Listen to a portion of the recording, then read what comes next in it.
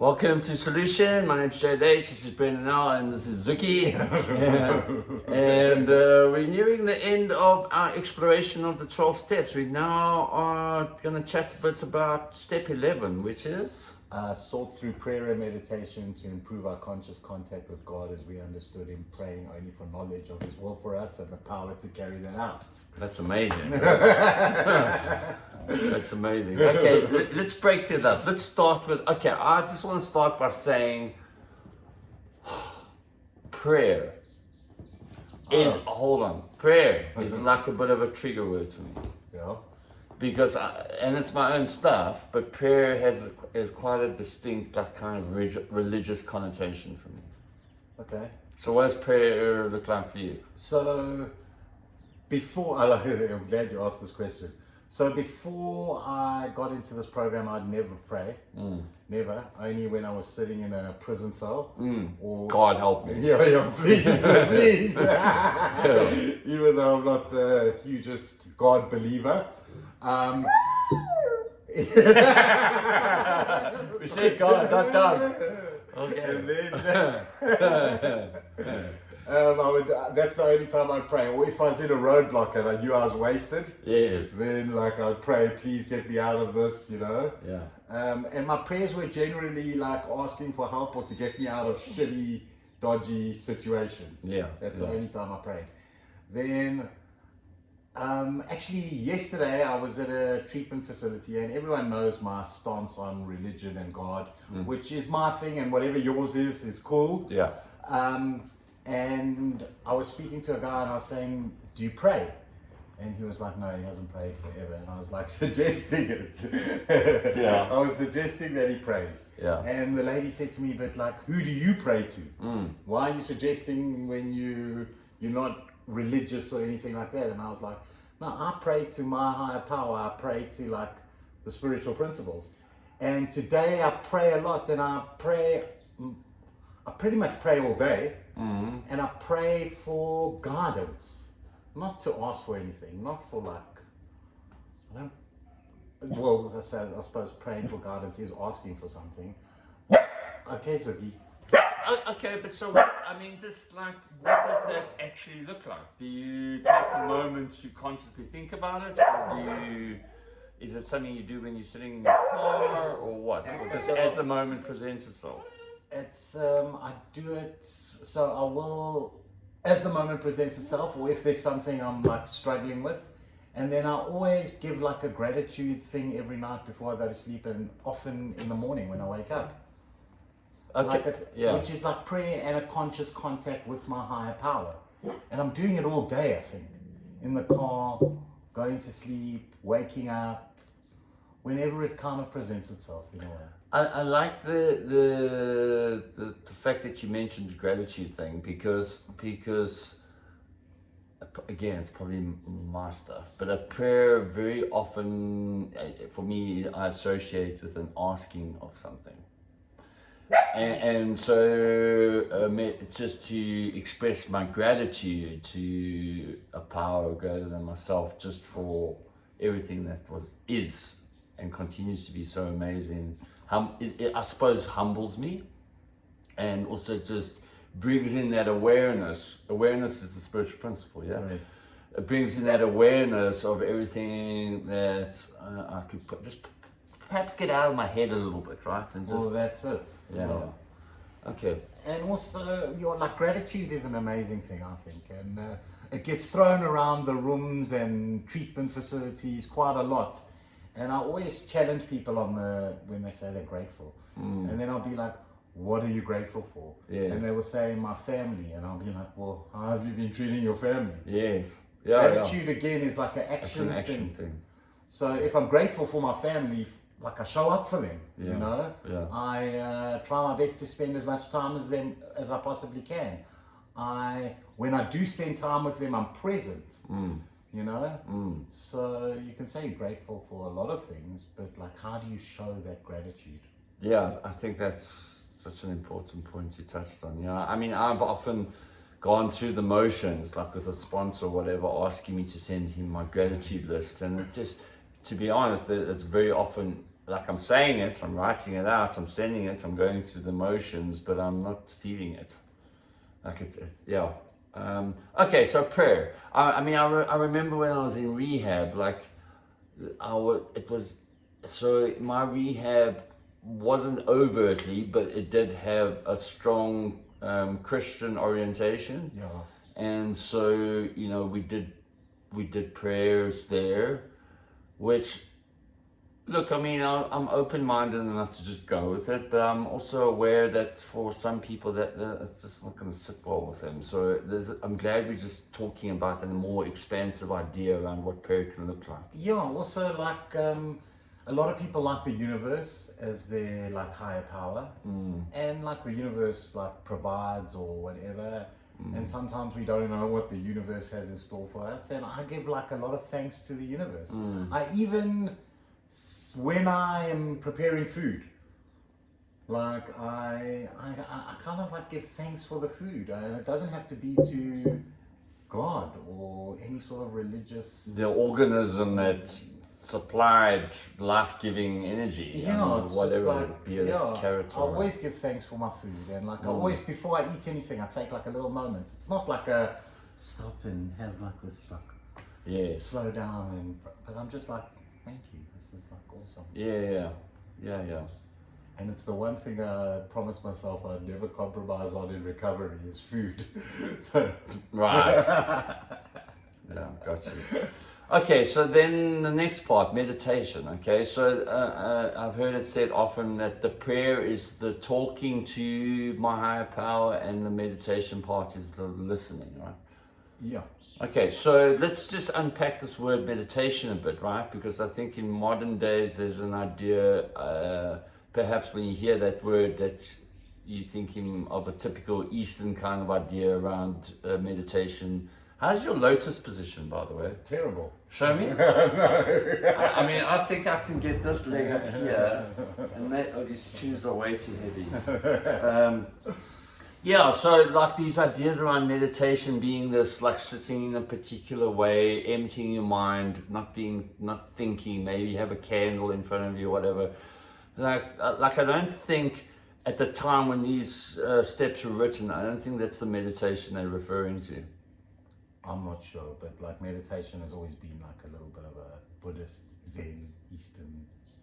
Yeah. And look, I think I'd like to just touch on that in a moment, but I think it's just important. I've read it somewhere before where the meditation, as it is referred to in the steps, initially was referencing giving myself over just to some conscious reflection around spiritual principles, like actually giving myself time every day to focus my thoughts around it can be one specific spiritual principle or a whole bunch of them, whatever.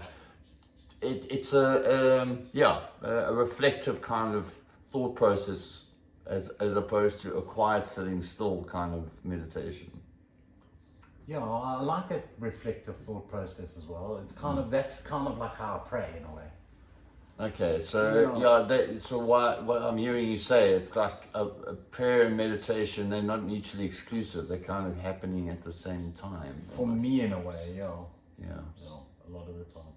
And for me it is just about like emptying my mind and stopping those 36,000 squirrels in my head that are on LSD running around, causing shit in my head. You can relate. You can relate to that, right? I bet you can. Like it's referred to often as the monkey mind, right? Yeah. Like swinging from branch to branch all over the show. It's just like all over the place. Like you saw me this morning, I was like all over the place. Yeah. I can't like, and it's just a moment to like calm down, to remember who I am, remember what I'm doing, breathe, focus on my breath. Like if I just focus on my breath for like 10 minutes every day or 15 minutes every day, my day is exponentially better.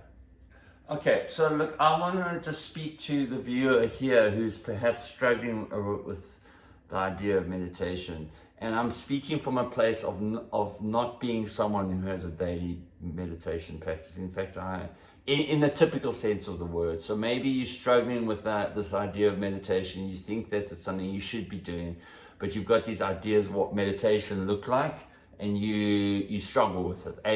A lot of us struggle to sit still for more than like 5 seconds. That is not uncommon. A lot of us think there's this idea that you've got to empty your mind, and as soon as you find your mind wandering, or those squirrels that Brendon was talking about start entering the picture, as soon as that happens, you feel like you failed, right? Like, I'm not getting this right. And I think so something I've gained from meditation is that when that happens, when my mind starts to wander, and it very easily happens for me after like 2-3 breaths, right? Yeah, exactly. There's another part of me that catches myself doing it, and one or two things can happen. I can either beat myself up over it, which is counterproductive, or I can just laugh at myself for a moment and just bring myself back, right? Exactly. And that part of me that is catching myself, that part of me I find is the part of me that's very strongly intuitive, or the part of me that's very connected with higher power. And so just by having that like moment where I'm connecting with my higher self, is taking me a deeper level. Yeah, I really like what you said though, that like beating yourself up because you can't do it. Even if you do it for 30 seconds, it's helpful. Dude, if you do it for 3 seconds. Yeah, like they say, 3 deep breaths. It's a form of meditation. Yes. You know what I mean? Look, I mean, I say 3 seconds. What I'm trying to say is, if you've achieved it for a moment, you've done it. Yeah. Obviously, the ideal is to try and expand that. Yeah, which is the practice, which is like every single part of this whole program. Totally. It's about practice and putting the work in and the action in. Yeah. Okay, so can you run through the wording for me again? Sought through prayer and meditation to improve our conscious contact with God as we understood Him, her, or it, praying only for knowledge of His, her, or its will for us and the power to carry that out.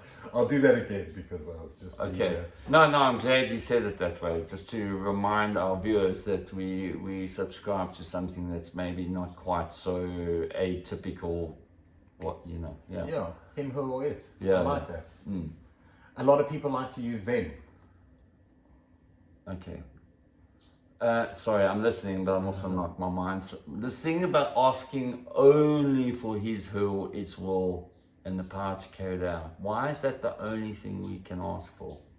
Why is it suggesting that that's the only thing we ask for in prayer?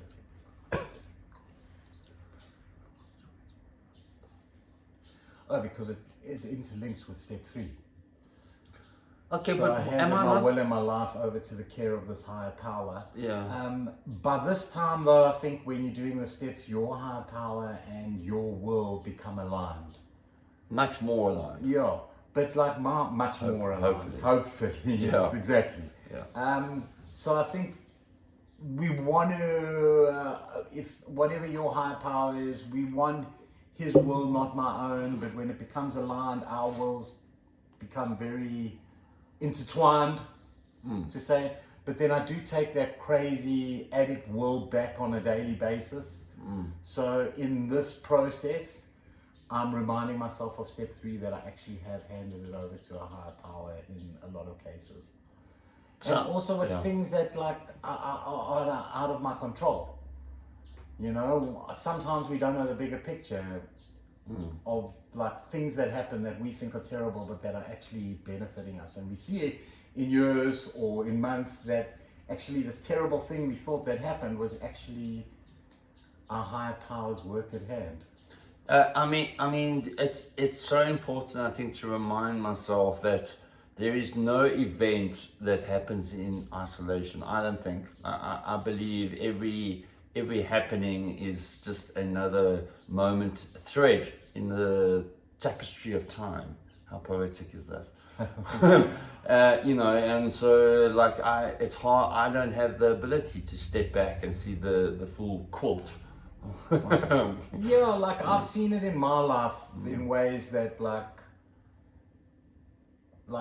terrible things have happened, and in some ways they've been beneficial to me. You know, and I think it was some sort of universal consciousness that helped me through that.